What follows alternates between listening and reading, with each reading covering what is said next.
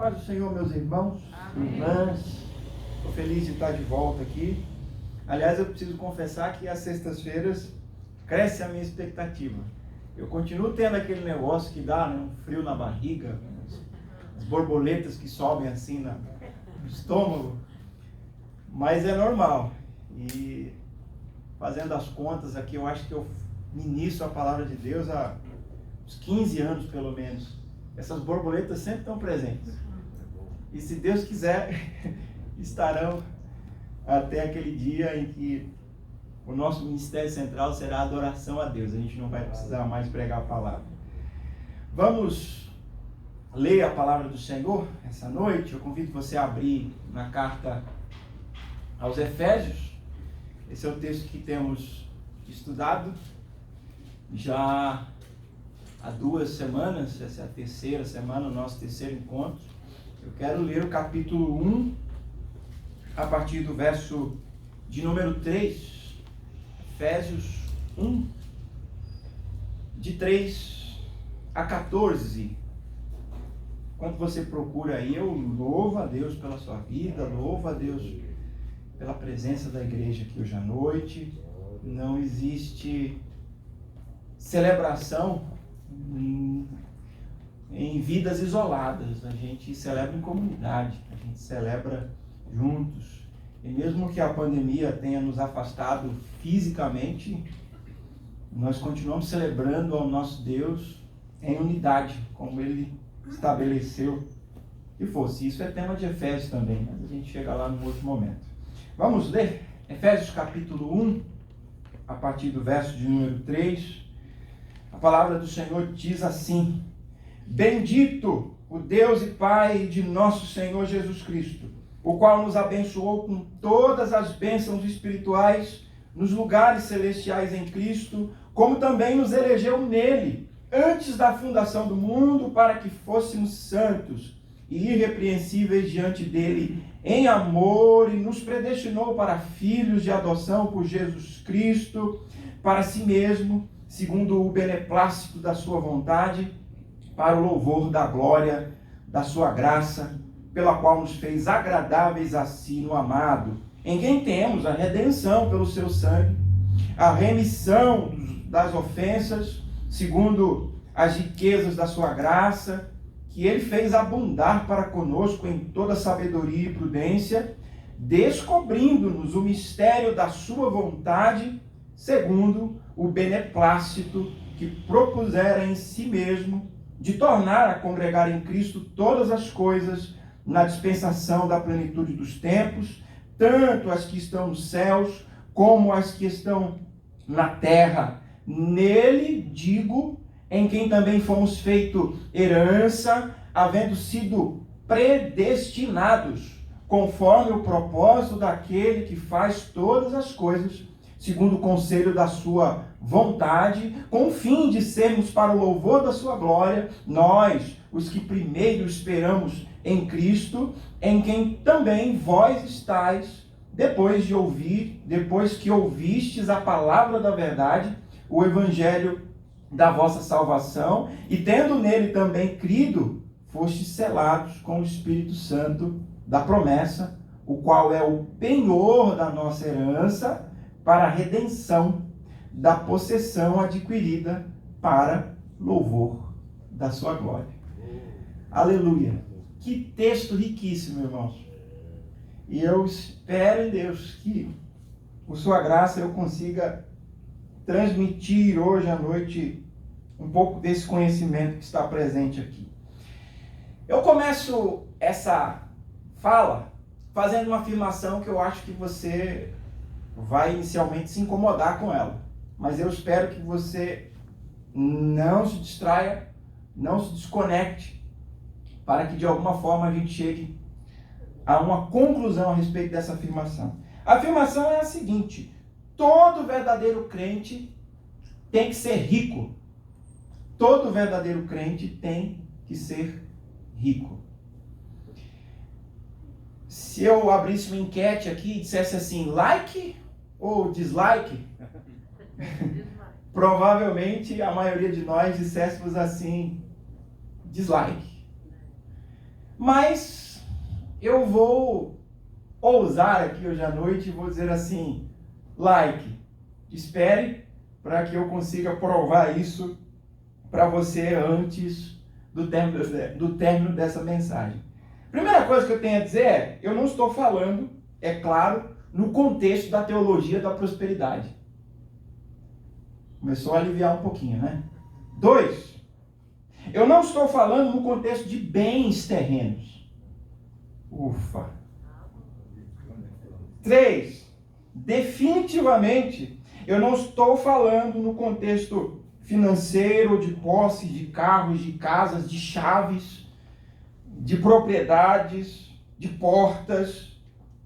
Eu não estou falando no contexto do luxo que é tão ostentado em nossos dias, inclusive nos meios ditos evangélicos. Então, veja bem, embora seja possível que verdadeiros crentes possam ser ricos em termos materiais, é impossível que eles sejam pobres em termos espirituais. Outra afirmação. Embora seja possível que verdadeiros crentes possam ser pobres em termos materiais, é impossível que eles não sejam ricos em termos espirituais. Então, todo verdadeiro crente, sim, ele tem que ser rico, e não apenas rico, mas muito rico das bênçãos espirituais de Deus em Cristo Jesus, por Cristo Jesus e para a glória de Cristo Jesus. Isso que o nosso texto sugere. Eu e você temos uma riqueza que muitas vezes não acessamos. Eu e você somos riquíssimos das bênçãos espirituais de Deus. E o paradoxo disso tudo é que, embora todo crente seja rico, ele dispõe das bênçãos espirituais de Deus, em termos espirituais, é claro, é perfeitamente possível que muitos de nós vivamos como se fôssemos pobres, e eu diria mais, até mesmo miseráveis, sem compreender a grandeza da riqueza que eu e você temos em Jesus. Então, vamos olhar para o nosso texto, vamos tentar esclarecer um pouco mais como essas verdades que eu afirmei até aqui estão nele contidos. Nós já dissemos que Paulo, ele escreveu aos Efésios para falar a respeito da obra de Cristo na vida dos crentes, na vida da igreja, na vida dos que creem, dos Efésios também, e também para oferecer notícias suas. Você deve lembrar, Paulo está aprisionado em Roma, Paulo está preso. E lembrem-se ainda que ele dedicou-se a essa igreja por mais de 2 anos. Mais de 2 anos, Paulo dedicou seu tempo para que aquela igreja se tornasse uma igreja sólida, estruturada. Ele tem um contato profundo com esses irmãos. A gente já afirmou também que ele está escrevendo mais ou menos 10 anos depois dele ter pisado em Éfeso, dele ter deixado Priscila e Áquila para iniciar o trabalho do Senhor ali. E 10 anos depois ele tem contato com essa igreja. Ele está preocupado que aqueles irmãos entendam qual foi a obra que Cristo realizou na vida deles. E ele quer dar notícias dele, porque afinal de contas os irmãos estão preocupados com a notícia de que Paulo está preso. Lá de Roma, de sua primeira prisão, Paulo vai escrever também aos Filipenses, aos Colossenses, e vai escrever também um bilhete libertário a Filemon. Mas de todas essas coisas você já está bem informado. O texto que eu li para vocês hoje, ele é considerado o maior parágrafo da Bíblia. Vocês viram que eu tentei aqui não dar pausas na leitura, porque não tem pausa. É um hino que Paulo canta em louvor a Deus, num fôlego só, sem ponto, né? Apesar que o idioma grego também não tinha ponto, né? Não tinha vírgula, mas isso é assunto para outra aula. Percebe-se que Paulo está assim, inspirado, ele começa a falar das bênçãos de Deus e ele explode num derramar de bênçãos e de glória a Deus. Porque você também deve ter percebido que pelo menos 3 vezes aparece aí a expressão para o louvor da sua glória. Veja aí o verso de número 6. Para o louvor da sua glória. Veja aí o verso de número 12. Para o louvor da sua glória. E veja o verso de número 14. Para o louvor da sua glória. Isso é, portanto, como que um hino que tem 3 estrofes. As bênçãos do Pai na eternidade, as bênçãos do Filho, que nos abençoa na atualidade, e as bênçãos do Espírito Santo, que garantem aquilo que Deus preparou para nós na eternidade. E aí, Paulo apresenta as bênçãos do Pai e diz, para o louvor da sua glória. Paulo apresenta as bênçãos do Filho e diz, para o louvor da sua glória. Paulo apresenta as bênçãos do Espírito Santo. E ele diz que Deus fez o que fez, da maneira como fez, agiu como agiu, para o louvor da sua glória. Aleluia, aleluia. Bendito seja o nome do Senhor. A grande ideia, portanto, é que o Deus Trino, em seu plano eterno, nos arrancou da miséria, da falência, da pobreza espiritual em que nós nos encontrávamos e nos inseriu na igreja, que é o corpo de Cristo, nos fazendo, meus irmãos, minhas irmãs, ricos para o louvor da sua glória. Então, quando alguém disser assim perto de você, todo crente deve ser rico, você vai fazer a seguinte pergunta: em que contexto? Dos bens da terra? Não. Grandes homens de Deus experimentaram pobreza, dificuldade. Assim como é verdade que grandes homens de Deus também tiveram muitas posses. Mulheres de Deus, como Lídia, está descrita lá no livro de Atos, a vendedora de púrpura, era uma empresária que custeou inclusive as missões paulinas, era alguém com posses e era de Deus. Então não podemos levar em conta esse critério de riqueza nessa terra para dizer se alguém é de Deus ou não, mas podemos afirmar com toda certeza que todo aquele que é de Deus é rico, ou pelo menos deveria ser, a partir do momento que ele entende as bênçãos que o Senhor derramou sobre a vida dele. Então eu queria dividir a minha mensagem aqui em 3 partes. Eu vou apresentar para você as bênçãos do Pai, as bênçãos do Filho e as bênçãos do Espírito Santo. E nós podemos concluir essa mensagem, se Deus assim permitir, elencando algumas lições práticas para a nossa vida a partir desse texto. Então, com a sua Bíblia em mãos aí, mantenha ela aberta, vamos olhar para o nosso texto, para a exposição dele. Paulo começa esse parágrafo, você deve ter percebido aí, bem dizendo e identificando o Deus e Pai de nosso Senhor Jesus Cristo como sendo o provedor de todas as bênçãos espirituais. A partir de Deus Pai, todas as bênçãos chegam até mim e você. Por isso que está dito aí no verso de número 3, bendito seja o Deus e Pai de nosso Senhor Jesus Cristo, o qual nos abençoou com algumas bênçãos espirituais. Todas as bênçãos espirituais, onde? Nos lugares celestiais. Eu grifo aí na minha Bíblia a palavra bendito. A palavra bendito no grego é a palavra eulogetos, que significa abençoado, louvado. Eulogetos lembra você a palavra elogio. Elogio do nosso idioma.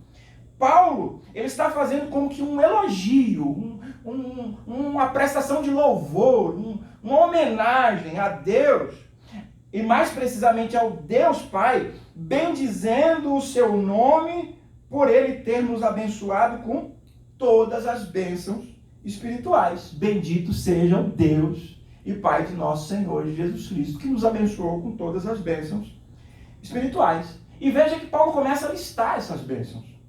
Em primeiro lugar, Deus Pai nos abençoou com a bênção da eleição. Em outras palavras, ele nos escolheu. O verso 4, a parte A, está dizendo aí, como também nos elegeu. Isso fala de escolha. Quando você elege alguém, você está escolhendo aquela pessoa para te representar. Deus, portanto, ele elegeu, ainda na eternidade, o seu povo, aqueles que haveriam de andar em santidade, de louvá-lo, de adorá-lo. Nele, isso aconteceu ainda antes da fundação do mundo. Significa que antes mesmo de nos criar, o Senhor já sabia aqueles que haveriam de crer e que haveriam de louvar, adorar o nome dele. Portanto, esses são os escolhidos de Deus.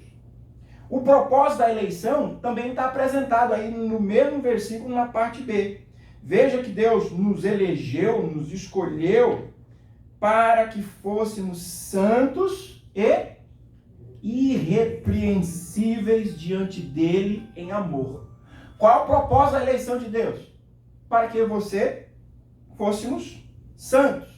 E eu sei que a palavra santo deixa a gente inquieto também, porque a gente está muito acostumado à definição oferecida pela Igreja Católica Apostólica Romana, que diz que santo é alguém que já morreu, mas que em vida fez milagre, não é isso? Aquele processo de canonização que de vez em quando a gente vê a mídia falando a respeito. Aí a gente diz assim, santo é somente aquela pessoa. Ele é santo porque viveu assim uma vida sem defeitos e olha, enquanto ele estava vivo, muitos milagres aconteceram. Ou inclusive milagres pós-mortem. Morreu e o pessoal ora, fala com ele, pede para que ele interceda diante de Deus e aí as pessoas são abençoadas. O milagre chega. E aí a gente diz assim que, no contexto católico, essa pessoa é santo. Mas a palavra santo traz a ideia de alguém que está separado do mundo para servir a Deus. Portanto, quando alguém disser para você assim, a paz do Senhor, meu santo irmão, não se assuste. Receba a paz do Senhor e devolva dizendo assim, santo irmão, que a paz do Senhor seja sobre a sua vida. Olha eu inventando moda aqui, né? Não precisa fazer isso não, é só um exemplo, tá, irmãos? Mas enxergue-se como alguém que é santo. Você saiu do mundo, você deixou de ser alguém que vive para o mundo, que vive segundo os conceitos do mundo. Você deixou de ser alguém que vive de acordo com os padrões do mundo? Sim ou não? Sim, eu não vivo mais como eu vivia antes. Então, meu irmão, minha irmã, modéstia à parte, eu sou santo. O Senhor me santificou, assim como santificou você também, em nome de Jesus. Mas você não foi escolhido apenas para ser santo, mas também para ser irrepreensível diante de Deus em amor. Deus, portanto, nos chama para recolocar em nós algo que estava perdido na nossa natureza, na nossa maneira de viver. O que estava perdido na nossa maneira de viver era a própria essência de Deus. É por isso que uma outra bênção que é elencada aqui é a bênção da predestinação para filhos de adoção por Jesus Cristo, conforme o verso 5 nos diz, conforme a parte A do versículo. Então, quando Deus santifica você, Ele coloca de novo em você algo da essência dele, que estava perdido em nós por conta do pecado. E como é que João define Deus? Deus é amor. Então, quando você é trazido para Deus, é santificado, é separado, você se torna alguém que vai manifestar algo da natureza de Deus. E a natureza de Deus, ela é essencialmente amor. Quando você anda em amor, meu irmão, minha irmã, você está mostrando Deus para as pessoas. Você está revelando Deus para as pessoas. Isso vale mais que uma pregação, viu? Como alguém já afirmou, pregue o evangelho. E, se necessário, use palavras. Por incrível que pareça, foi um santo católico que afirmou isso. Francisco de Assis. Alguém que tinha uma vida pia, uma vida de serviço ao próximo, de dedicação ao próximo. E aí, entendeu que a pregação do Evangelho não pode ser tão somente receba Jesus como seu Salvador, para você não ir para o inferno, porque você é pecador. Não, é só isso, é uma demonstração de amor para com aquela pessoa, seja ela quem for. Esteja ela na condição que ela esteja, porque se Deus nos olhou quando nós éramos ainda pecadores, não é isso que Romanos nos diz? Porque Deus prova o seu amor para conosco em que Cristo Jesus morreu por nós quando éramos ainda... Deus olhou para a gente quando éramos pecadores. E Ele demonstrou para a gente amor. Se eu manifesto da natureza de Deus, agora como é que eu olho para um pecador miserável, daqueles piores que a gente pode encontrar na vida? Em amor, porque aí eu vou estar manifestando o próprio Deus para essa pessoa. Você percebe? Quando você foi enriquecido pelas bênçãos de Deus, Pai, você foi aí abençoado com todas as bênçãos. Com todas as bênçãos. Você foi eleito, Ele te escolheu e Ele te deu a condição de ser agora filho de Deus. Quando alguém diz assim, eu também sou filho de Deus, essa pode não ser uma afirmação verdadeira, porque Deus só tem filhos mediante Jesus Cristo. Na palavra do Senhor em João, também o evangelista diz: a todos quantos o receberam a Jesus, deu-lhes o poder de serem feitos filhos de Deus. Deu-lhes o poder de terem dessa natureza divina que se manifesta em amor. Mas perceba aí, meu irmão, por outro lado, algumas pessoas, por conta de uma experiência negativa com a figura paterna, elas podem olhar para Deus e achar que Deus se equivale ao pai que ela teve, o pai que ele teve. Eu imagino que a maioria de nós aqui, a grande maioria, tem experiências positivas com seus pais. Eu lembro com saudade do meu pai, ele nunca botou o pé numa igreja comigo, mas sempre que eu tenho a oportunidade de falar dele, eu falo e falo com orgulho, e falo com alegria, e falo nutrindo experiências muito positivas. Então, em teoria, para mim seja mais fácil enxergar em Deus a figura paterna.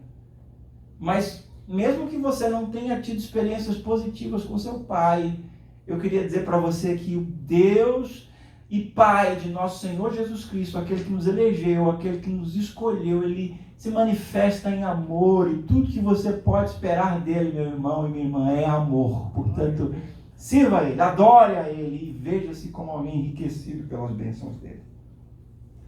Mas perceba ainda, irmãos, todos quantos o receberam, deu-lhes o poder de serem feitos filhos de Deus. A Bíblia está, portanto, falando de uma escolha.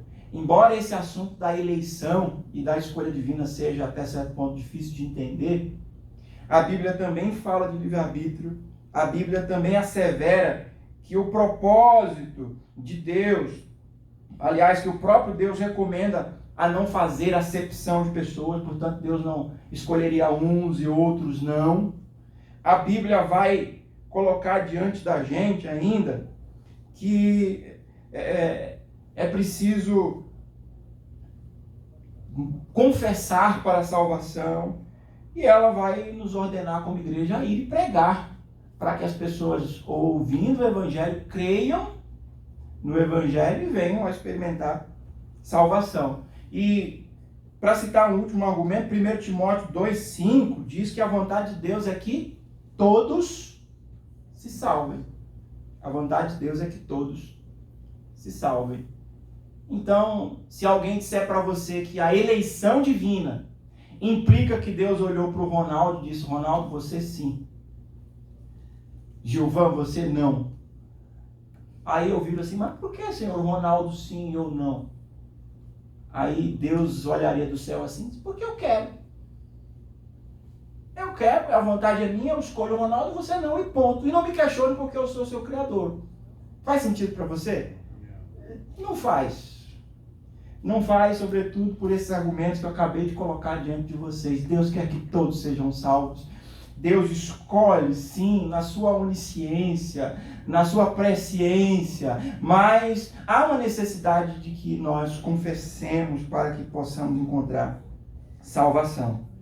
Paulo ainda vai falar dos alicerces e do resultado das bênçãos de Deus Pai impetradas sobre a igreja, e ele vai colocar aí os alicerces, os alicerces, no verso 5, a parte B, dizendo que é o beneplácito da sua vontade.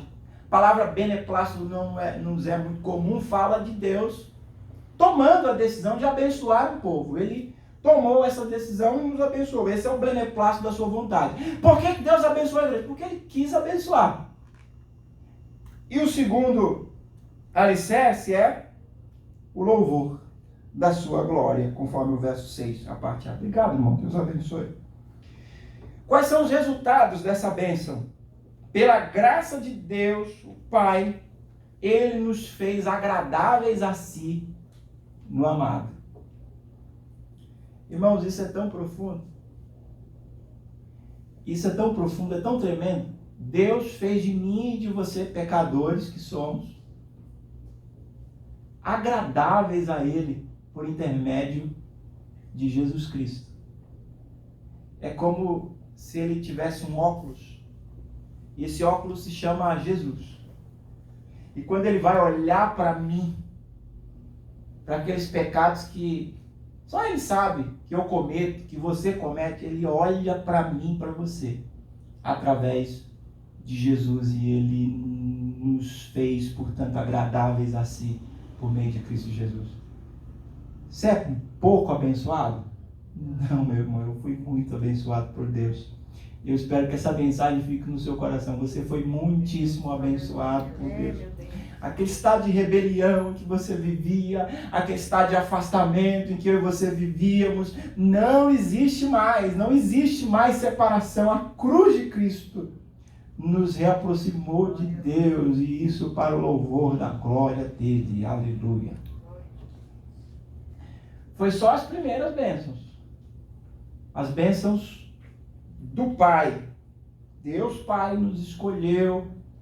Deus Pai nos abençoou com todas as bênçãos espirituais. Ele nos deu a bênção da adoção de filhos. Isso quer dizer que a nossa natureza foi mudada. Não é que eu sou um filho bastardo, adotado, inserido na família. Não, eu fui regenerado. A Bíblia fala da regeneração. Eu fui gerado de novo, e agora com a natureza divina. E Ele nos fez ainda agradáveis a Ele mesmo por Jesus Cristo. Mas vejamos agora as bênçãos ministradas por intermédio de Deus Filho, por intermédio do Cristo na atualidade.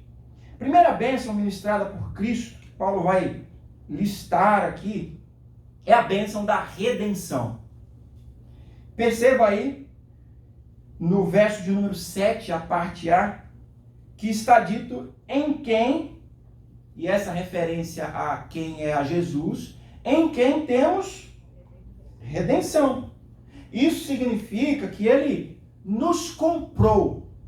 Então imagine a cena, você está num mercado de escravos, você está sendo vendido, você não tem direito sobre a sua própria vida, e aí aparece alguém lá, com as roupas brancas como a neve, aleluia, ele olha para você e ele diz, qual é o custo? E ele paga aquele valor pela sua vida. Só que para pagar por uma vida, é vida por vida. É por isso que o texto está dizendo que Ele entrega a sua vida e Ele nos compra, Ele nos ofereceu redenção pelo seu sangue. Ele precisou entregar a vida dele para poder comprar a minha e a sua. Foi isso que Deus fez por nós. Eu gosto de um texto de Colossenses, capítulo 2, verso 14, que fala muito profundamente a respeito disso. Ele diz assim, o próprio Paulo falando, havendo riscado a cédula que era contra nós nas suas ordenanças, a qual de alguma maneira nos era contrária, ele a tirou do meio de nós e cravou-a na cruz. Aleluia. Aleluia. E com isso ele está dizendo no mundo espiritual, nas regiões celestiais, que está tudo pago. Que está tudo pago. Que eu e você não temos mais nenhuma dívida. Ele pagou tudo. E quando ele diz assim, está consumado, irmãos, que aquele véu rasga-se de alto a baixo, o nosso acesso, a nossa comunhão com Deus, ela está ali restabelecida. A primeira bênção, portanto, ministrada sobre a nossa vida por intermédio do Cristo, na atualidade, é a bênção da redenção. Você foi redimido, ele pagou o preço por você. Ninguém dava valor para você. Ele foi lá e pagou esse preço.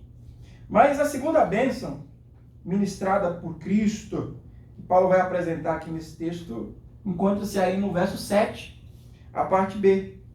Além da redenção pelo sangue, ele também nos ofereceu a remissão das ofensas, segundo as riquezas da sua graça.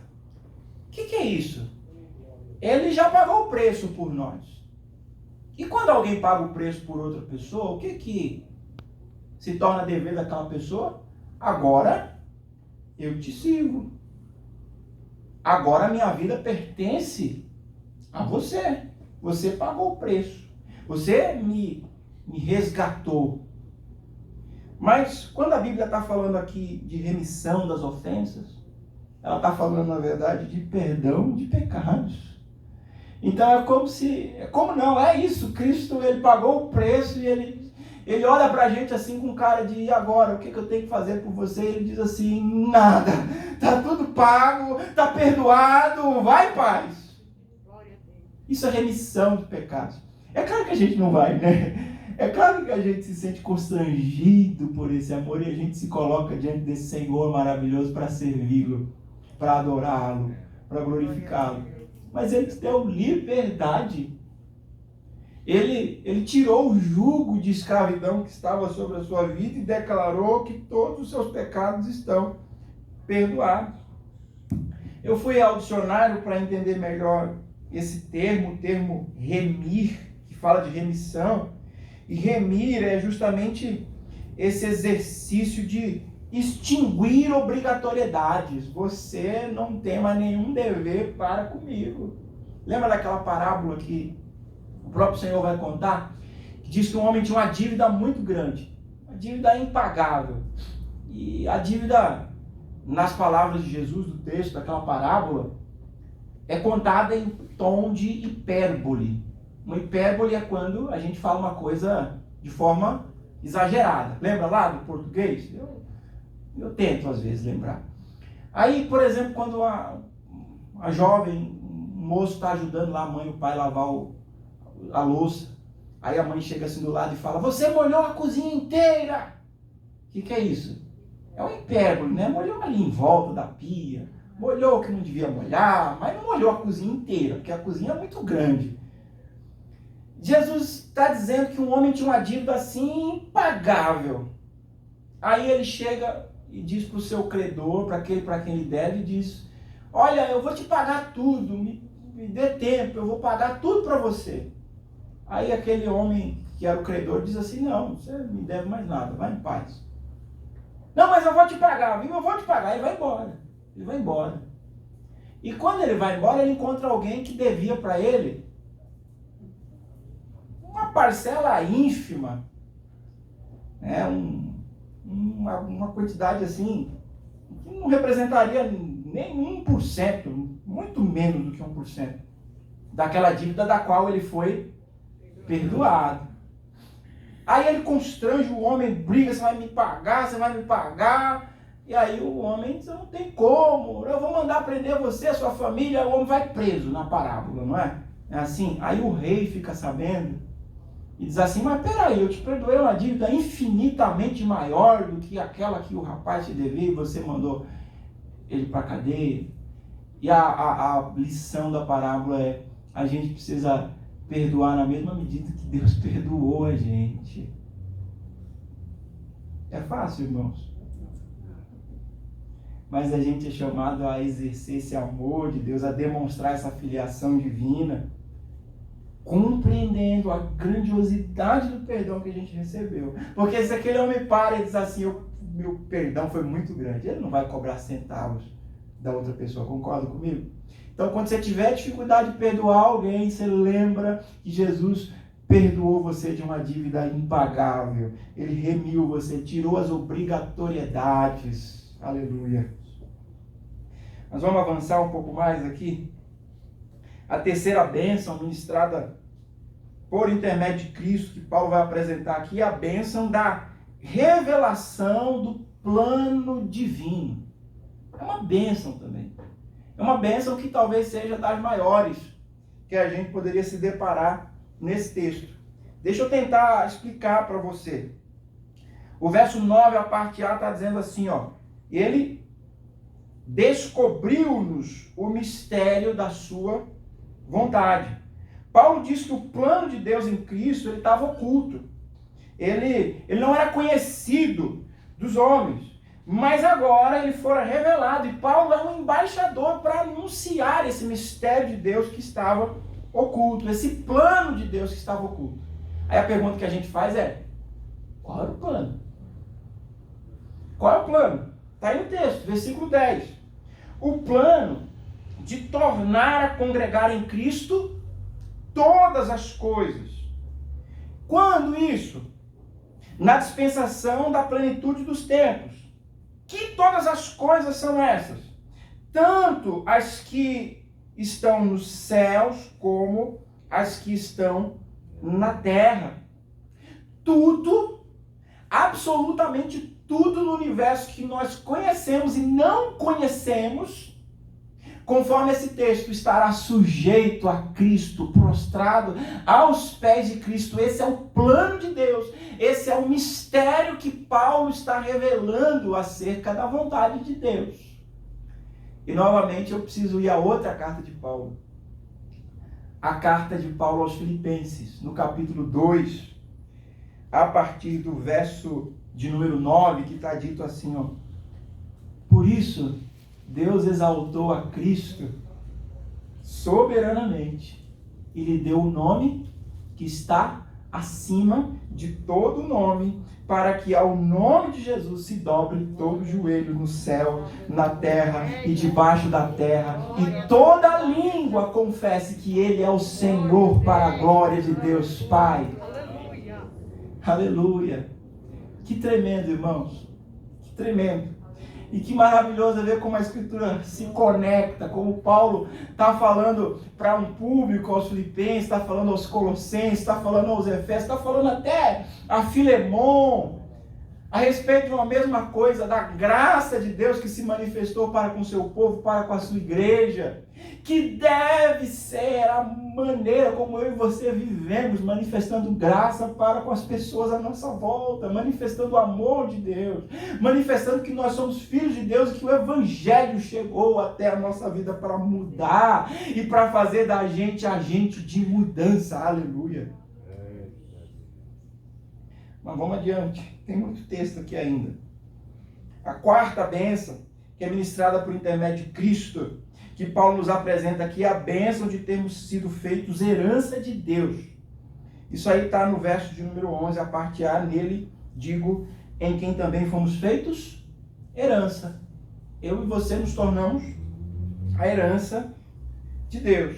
E ainda no verso 11, Paulo vai dizer que a igreja ela foi predestinada para ser a herança de Deus. E uma herança, você sabe, é entregue quando alguém morre. Cristo morreu e deixou ao Pai como que uma herança. E a herança que Cristo deixa ao Pai por sua morte é a igreja. Eu e você somos, portanto, a herança de Deus. E isso está de acordo com o propósito de Deus e de acordo com o conselho de sua soberana vontade, conforme está apresentado aí no texto. Isso fala da infalibilidade da vontade de Deus. Sabe, Deus é santo, Ele tem uma vontade e não pode ser desfeita.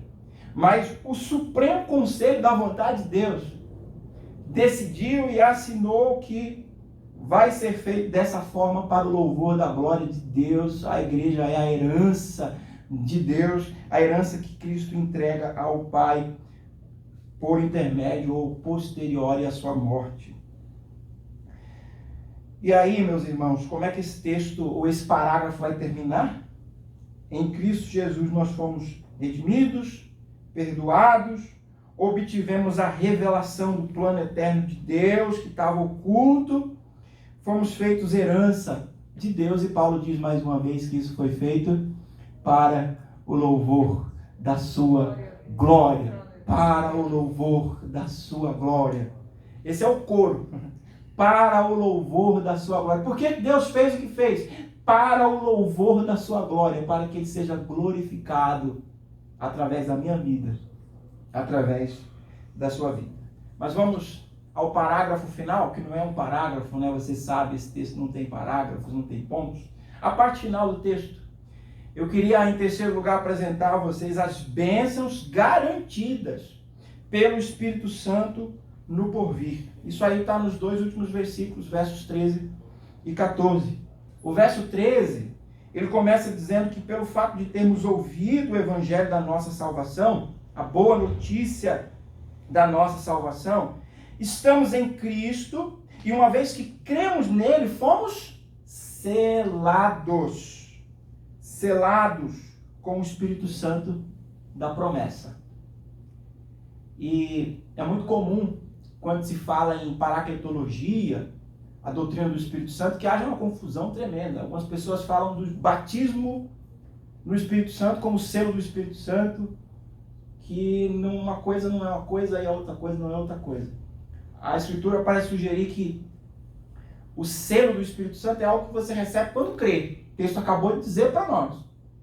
O selo do Espírito Santo, o qual recebemos quando cremos. Quando você creu, quando você recebeu Jesus como Salvador, quando aquilo foi sincero, selo.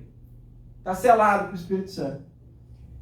Aí o batismo com o Espírito Santo é outra coisa. Esse texto não vai falar a respeito disso, mas o batismo no Espírito Santo é um revestimento de poder, definição teológica, que Deus dá àqueles que vão servi-lo na obra dele. Eu gosto sempre de dizer que você ainda não foi batizado com o Espírito Santo. Se você não quer servir ninguém, não peça o batismo com o Espírito Santo, porque o propósito do batismo com o Espírito Santo é revestir você de poder para servir a igreja.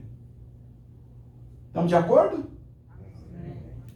Então, já que a Escritura falou de selo, o que está colocado nessa metáfora aqui para a gente? Você já deve ter visto um fazendeiro que adquire lá algumas novas cabeças de gado. Não é o nosso caso aqui. Conheço ninguém que tenha cabeça de gado. Aí, uma das primeiras coisas que ele faz antes de soltar aquele gado que acabou de chegar no pasto é marcá-lo com ferro e fogo. Meu irmão, o selo do Espírito Santo é como esse ferro e fogo que tocou o nosso coração. Aleluia! Aleluia! Aleluia! E deixou de maneira permanente diante do mundo espiritual a realidade de que aquela pessoa tem um dono, que eu e você temos um dono. Nós pertencemos a Jesus. Aleluia! Mas não é somente aleluia. Glória a Deus. Aleluia. Mas não é apenas sinal de propriedade. É também a garantia da concretização de um negócio. Naqueles tempos em que Paulo escreveu, os comerciantes de madeira, quando adquiriam lá um lote de madeiras, eles faziam uma marca na madeira. E a partir do momento que aquela madeira era marcada, a negociação não podia ser desfeita. Não pode mais voltar atrás. Você já pôs a sua marca lá, agora honra o compromisso e paga aqui, já que eu estou te fornecendo a madeira. Sabe o que pode estar implícito aqui, meu irmão? Que Deus não vai mudar de ideia acerca do amor dele por nós. que Ele não vai desistir da gente. Eu até dei o meu filho a morrer por você, mas mudei de ideia. Você é muito teimoso. Guardadas as devidas proporções, está garantido que a igreja vai para o céu, porque o Espírito Santo já a selou. Aleluia. Mas ainda há um símbolo aí nesse selo. Um símbolo que você conhece bem. Um anel de noivado. Você talvez não tenha conhecimento da dimensão do que esse compromisso representava no tempo antigo, mas alguém que estava noiva de outra pessoa, tinha como que um contrato de casamento. Não dava para voltar atrás. Para voltar atrás, aconteceria o que para nós é o equivalente a um divórcio. Você consegue compreender isso? Então, nesse símbolo, nós podemos entender que Cristo não nos devolverá, que Cristo não nos permitirá voltar à nossa antiga condição. Ele nos amou, Ele nos comprou sabendo quem nós éramos e Ele pagou o preço por nós.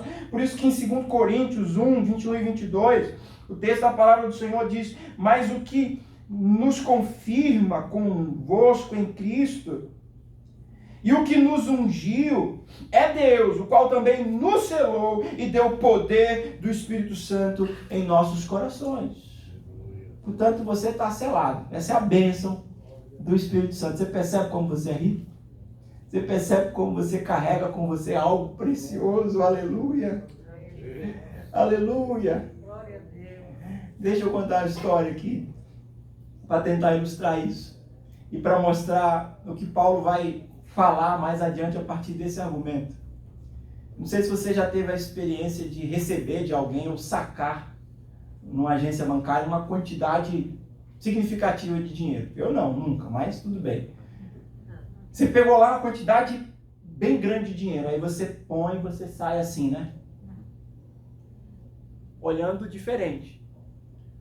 Desconfiando de tudo. Com um cuidado, você não está com valor aqui, você não vai deixar assim exposto.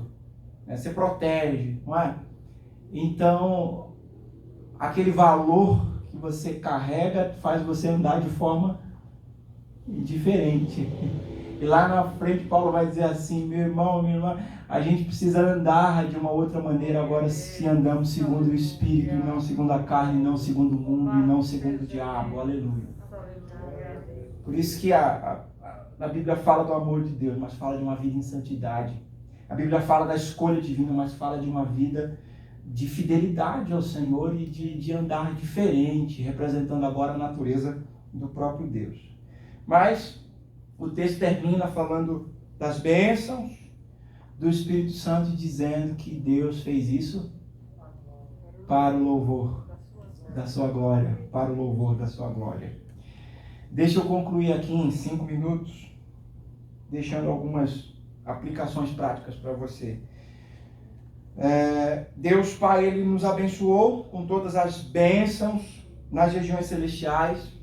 Ele nos escolheu, nos predestinou para sermos filhos. Por intermédio de Deus Filho, Ele nos comprou, nos redimiu, nos perdoou. Ele nos revelou o seu plano eterno, plano esse que estava oculto, que Paulo vai dizer que Ele foi feito agora embaixador desse mistério. Por intermédio do Espírito, aliás, por intermédio do Filho, Ele ainda nos fez herança de Deus. Por intermédio do Espírito Santo, Ele nos selou, o que agora pertencemos tão somente a Ele. Somos exclusivos dEle. Uma vez que fomos abençoados com toda a sorte de bênçãos, as implicações práticas dessa nova realidade de vida são as seguintes. Em primeiro lugar, nós somos alvos do grande amor de Deus por nós. Saia daqui hoje, meu irmão e minha irmã, dizendo assim: eu sou rico. Eu sou alvo do grande amor de Deus por mim. Nós podemos nutrir uma baixa autoestima, nós podemos olhar em volta e achar que as pessoas não nos amam como deveríamos, mas nunca podemos abrir mão de que fomos alvos do grande amor de Deus por nós. Segundo, Deus não abandonou a sua criação, mesmo após a queda. Nós percebemos isso claramente no fato de que, mesmo o ser humano tendo pecado, Deus tinha um plano redentor. Deus tinha um plano para remir, para trazer de volta e, conforme o texto nos disse hoje, fazer convergir, congregar novamente em Cristo todas as coisas, toda a criação. Portanto, Deus não abandonou a criação, irmão. Por mais que o mundo faça as suas carrancas e as suas caretas para a gente, por mais que o mundo se mostre cruel, por mais que as pessoas sejam tiranas, sejam nefastas, sejam representantes do que a gente pode descrever como o que há de mais profundo da maldade humana, saiba, Deus não abandonou a sua criação. Ele tem um plano de restauração para toda ela. Terceiro, nós somos filhos de Deus. Portanto, podemos manifestar a natureza dele, que é amor, amor e amor. Hoje de manhã eu acordei com uma oração no coração e cheguei mesmo a compartilhá-la em algumas redes sociais. Eu disse assim: eu oro por aqueles que estão se deparando hoje com portas fechadas. Eu oro por essas pessoas e eu peço que Deus as abençoe. Mas eu não podia parar a oração aí, porque se eu sou expressão desse amor de Deus, eu também preciso pedir a Deus que Ele faça de mim instrumento para abençoar essas pessoas diante de quem as portas estão fechadas. Você compreende isso, meu irmão? Você é filho de Deus. Ah, para quê? Porque é bonito? Porque você vai morar no céu? Não. Para você manifestar o amor dele para com quem quer que esteja próximo de você. Ah, mas eu não conheço, nunca vi. Não importa. Você é filho de Deus e deve manifestar o amor dele. Em quarto e último lugar, nós fomos abençoados com toda sorte de bênçãos de Deus. Portanto, podemos sim viver para além da miséria. Podemos sim viver para além da pobreza espiritual, não no sentido de Mateus 5, é claro. Podemos sim viver como sendo filhos do Rei, manifestando toda a bondade e generosidade dele para com todos. Eu e você somos ricos. Deus nos ofereceu salvação em Cristo e temos a concretização do seu plano desde os tempos antigos. E essa concretização é, portanto, infalível. Ele fez isso pela sua graça e para o louvor da sua glória. Amém. Amém. E amém. Pastor Eli, Deus abençoe. Obrigado, irmãos. Aleluia.